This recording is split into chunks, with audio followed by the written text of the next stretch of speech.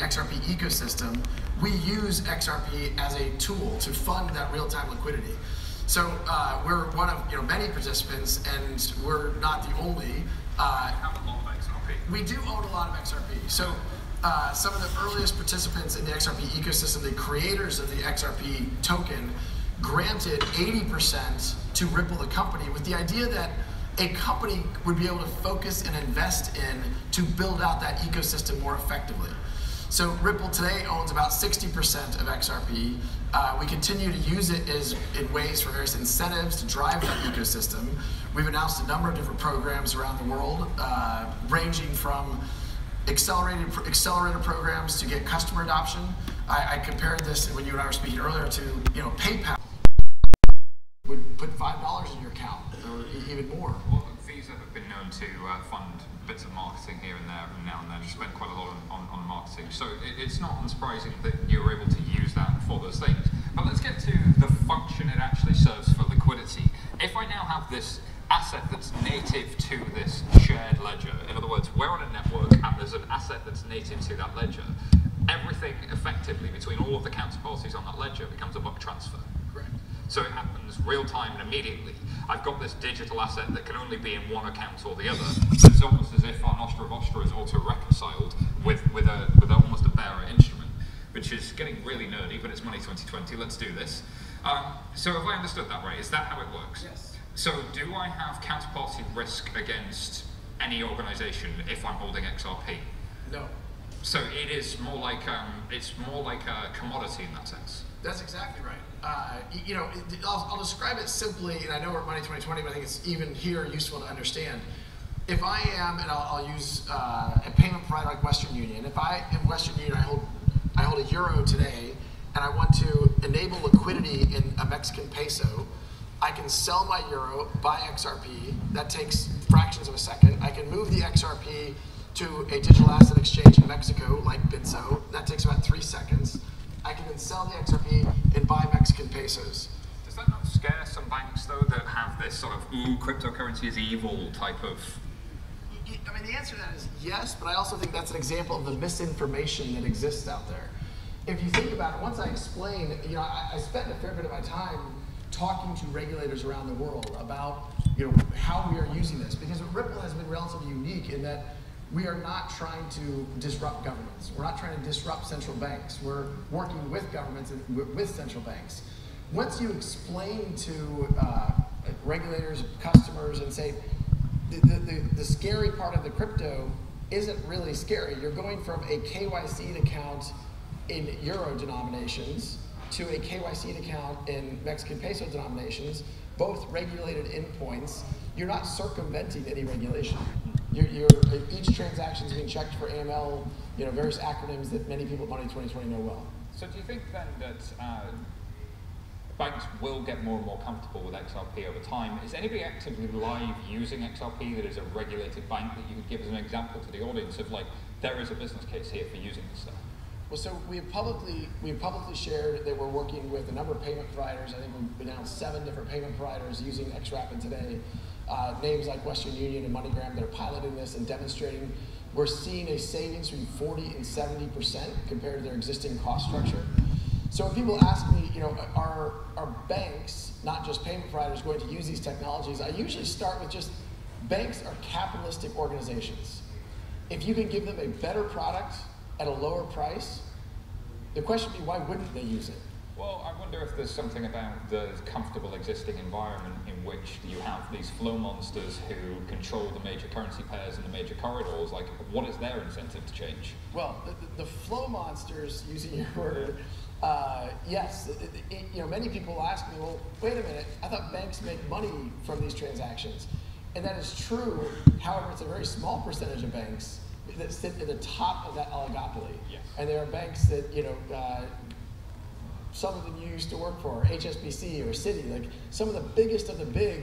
Last year, I think Citi's profits from cross-border transactions as one of the largest liquidity providers on the planet was around $6 billion US. That's real money. Now, That's coming from other banks. Other banks are paying Citi to enable their liquidity, to take advantage of Citi's very broad Nostra Vostra relationships. such that they can fund liquidity into Mexico or Argentina or the Philippines.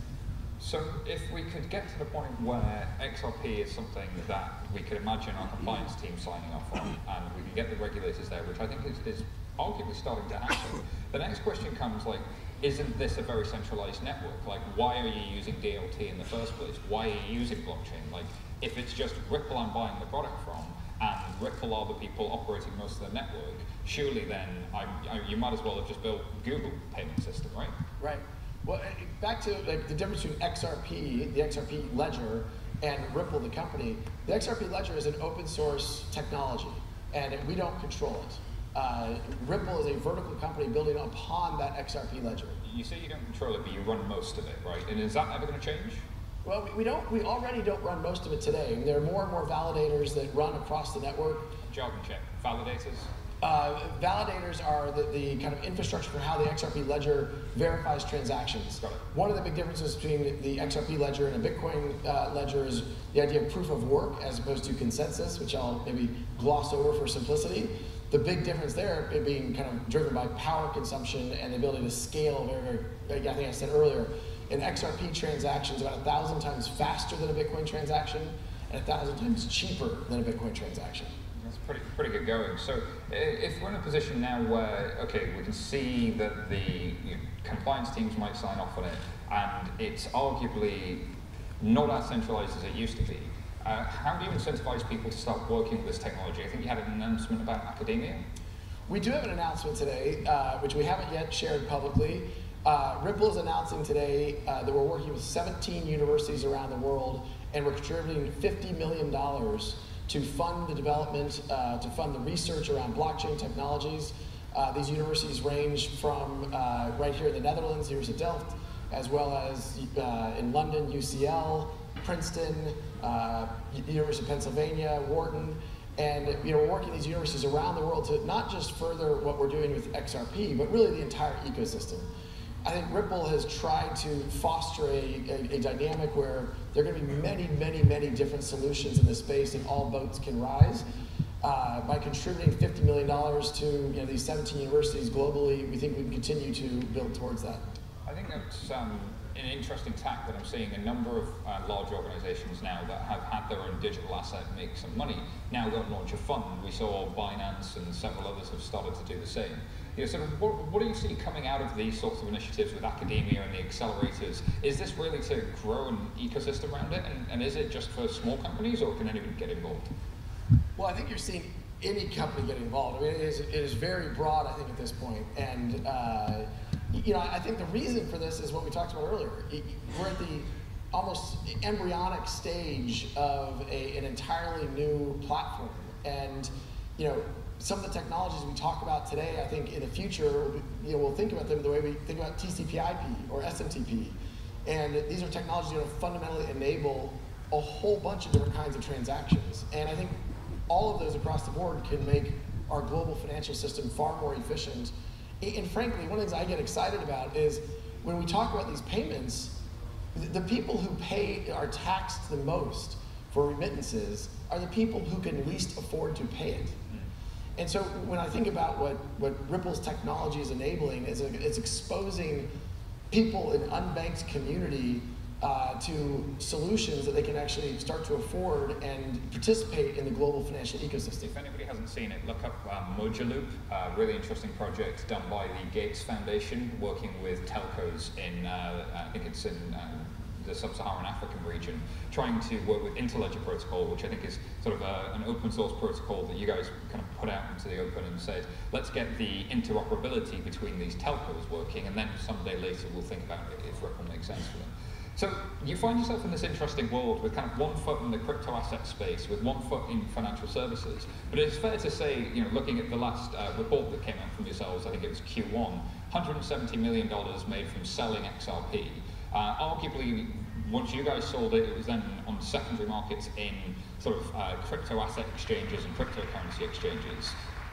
Can you see why a bank might look at that and go, well, if I have to use this ledger and this asset, am I going to have price stability in this asset? Is it being sold to retail investors? And not that you guys are doing it, but is it being sold to them? Is there a challenge there that you think? And how do you kind of overcome that? Well, I think one of the first misinformations that I often overcome when we're talking about how XRapid can be used.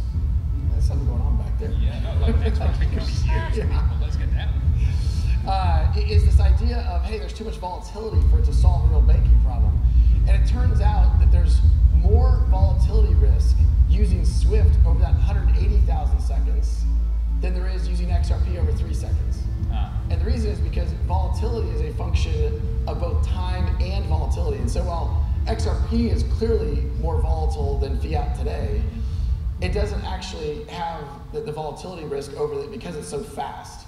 So I think, again, it's one of the pieces that I think is often misinformation, that it's not a real factor right now. Which is a solid answer. And then the optics around, yes, you've committed publicly and transparently disclosing how you're selling all this XRP you were gifted. But if that's, should mom and pop be buying XRP, or is this for professional investors? We are focused very much on solving an institutional problem. I think from the earliest days of Ripple, we've looked at, look, our core customer is a bank.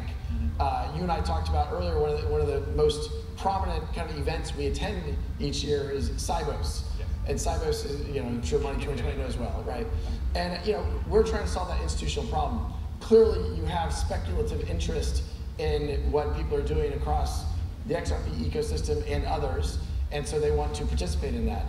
We care about liquidity. The most important thing for us as we think about the success of our products is the liquidity, that if you're going to use XRapid and there's no liquidity between XRP and a Philippine peso, well, that's a problem. So we think about how do we enable liquidity, working with market makers, bringing institutions to bear to really get that flywheel moving. It benefits from both institutional capital as well as the speculator that participates. I will also just digress briefly.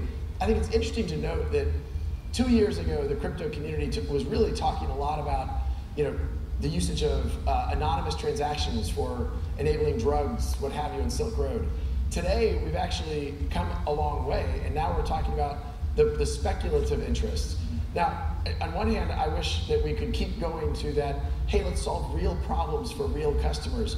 We're getting there. We've come a long way from Silk Road. It's a long way in front of us as well, I'm sure, but it's really interesting that this is kind of all starting to come together with your announcement today of funding academia, because maybe that professional researcher piece has kind of been missing. But we're up against it on time, so before I let this audience go, and thank you, would you remind us where we can find out more about Ripple and yourself? Ripple.com is probably the best place to find it. As I said, the announcement we made today with academia, there are 4,500 job openings today on LinkedIn using, in other words, blockchain or crypto. We think this really is the workforce of the future, and we're excited to be able to work with universities around the world to catalyze that.